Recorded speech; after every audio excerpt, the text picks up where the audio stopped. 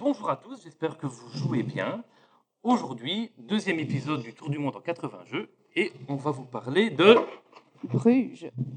Et oui, alors en fait, Bruges, c'est un jeu de Stefan Feld qui a été créé en 2013, il me semble, et ça s'inspire de la ville de Bruges, comme son nom l'indique, mais à une époque très particulière qui est l'époque du XIVe siècle. 14e, 15e. Ils disent ici, ils disent 15e. Voilà. Et donc, en fait, on arrive petit à petit à la fin d'une période de commerce ultra florissante pour la ville parce que en 1134, elle a été un peu recouverte d'eau et ça a mené à la création des canaux parce que du coup, il y avait moyen d'approvisionner la ville via les canaux avec différentes marchandises et donc c'est devenu un peu une espèce de plaque tournante du commerce. Donc nous, on est à la fin de cette époque florissante et on va essayer d'influencer les différents personnages notables de la ville, donc des marchands, des constructeurs, des nobles, et on va essayer d'asseoir son prestige et de récolter surtout un maximum de points de victoire. En fait, on est des influenceurs avant l'ère de YouTube, Facebook, etc. Exactement, tout à fait, il y a un peu de ça. Allez, on vous explique ça un peu plus en détail après le générique.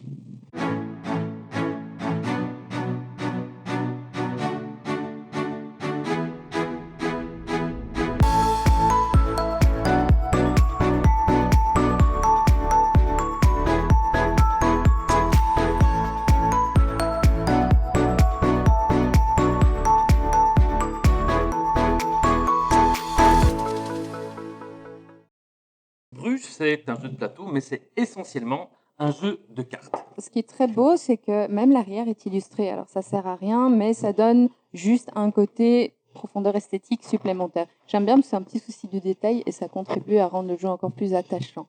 Sur le plateau, on va retrouver les canaux qui encerclent la ville de Bruges.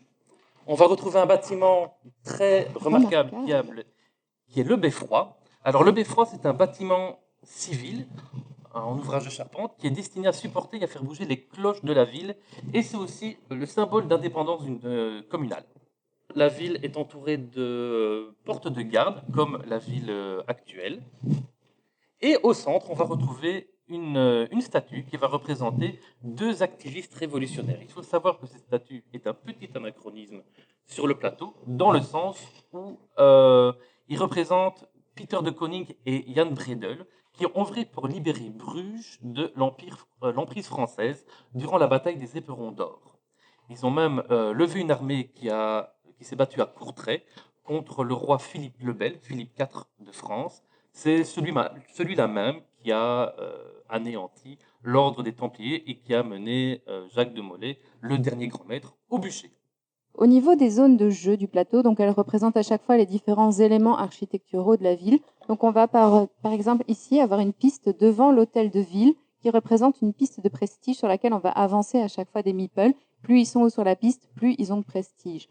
On a ici, donc près du marché aux laines qui se trouve sous le beffroi, l'emplacement sur lequel on va mettre les dés qu'on aura lancés, qui sont des dés de couleur qui vont un petit peu nous indiquer le genre d'action auquel on va devoir réagir au tour en cours. Et puis ici, on a à chaque fois des petites ouvertures de portes qui sont les endroits où en fait les joueurs vont pouvoir construire leur canot. Donc chaque joueur va avoir sa couleur à partir de ces portes et va devoir construire son canal en commençant toujours à partir de l'emplacement le plus proche de la porte en question. Et on monte au fur et à mesure. Une fois qu'on a construit son troisième morceau de canal, on obtient à chaque fois 3 points de victoire. Et la statue, quant à elle, représente les différents points qu'on va pouvoir marquer quand on est le premier à reconstituer un canal complet. Donc en fait, les points vont décroissant. Le premier va pouvoir prendre une petite médaille qui va lui permettre d'obtenir 7 points de victoire, puis 6 et ainsi de suite. D'où l'intérêt d'être le premier à construire son canal complètement. Alors, on vous disait que Bruges était un jeu de cartes et les cartes vont se présenter sous ce format-ci. Il y a des cartes de plusieurs couleurs. Il y en a des rouges, des jaunes, des bleus et des violettes. Lorsqu'on va faire son tour de jeu, pendant un tour de jeu, on va jouer 4 cartes parmi une main de 5. Et avec ces cartes, on va définir l'action que l'on veut faire. Soit on va construire un bâtiment pour pouvoir y héberger des personnalités, ou alors on va utiliser le verso de la carte pour pouvoir effectuer une des actions qui se trouve sur le bandeau qui se trouve sur la droite. Alors dans les différentes actions, le premier c'est rapatrier de la main d'œuvre. Le deuxième, c'est récolter de l'argent en fonction de la valeur du dé. L'argent de l'époque était le guilder. Dans le jeu, on va subir différentes menaces. merci. On va subir différentes menaces et avec une des actions possibles avec une des cartes, c'est de pouvoir éliminer une de ces menaces. On va pouvoir construire un bras de canal. On va pouvoir engager la personne qui est représentée sur la carte pour bénéficier de ses compétences. Alors de tour en tour, on va donc jouer 4 cartes parmi 5. Et une fois qu'une des 2 pioches fournies ici avec le jeu est vide, on remélange, on refait 2 pioches. Et dès que la seconde pioche est vide, le jeu se termine. Celui qui a le plus de points de victoire gagne la partie. Et voilà, c'est pas plus compliqué que ça. En fait, au niveau de son fonctionnement et de son apprentissage des règles, Bruges est un jeu vraiment très simple. En fait, tout ce qui fait la richesse et la profondeur du jeu, ça va être sa variété de personnages. En effet, dans le jeu, il y a à peu près, si je me souviens bien, 160 personnages représentés, dont chacun a un effet particulier qui est toujours indiqué en bas de la carte. Tout le sel du jeu, ça va être de réussir à faire des combinaisons qui fonctionnent et qui vont vous rapporter à chaque fois des points. Et aussi, le deuxième point vraiment intéressant, c'est qu'il y a plein de manières de marquer des points. Soit en montant sur la piste de réputation, soit en faisant un très beau panorama avec plein de personnages qui interagissent les uns avec les autres, ou tout simplement en construisant des canaux. Et il n'y a pas une manière de vraiment être gagnant. Il va falloir réussir à panacher un petit peu sur chacun de ces points pour atteindre la victoire. Donc c'est subtil. Petite précision importante au niveau des cartes, des métiers. Il y a, comme tu as dit tout à l'heure, un peu plus de 160 cartes. Et chaque métier représenté est totalement différent les uns des autres. Le contexte historique fait que la ville, avec cette ouverture de bras de mer dans les années 1100-1134 à peu près, a vraiment permis à la ville de Bruges de proliférer au niveau économique.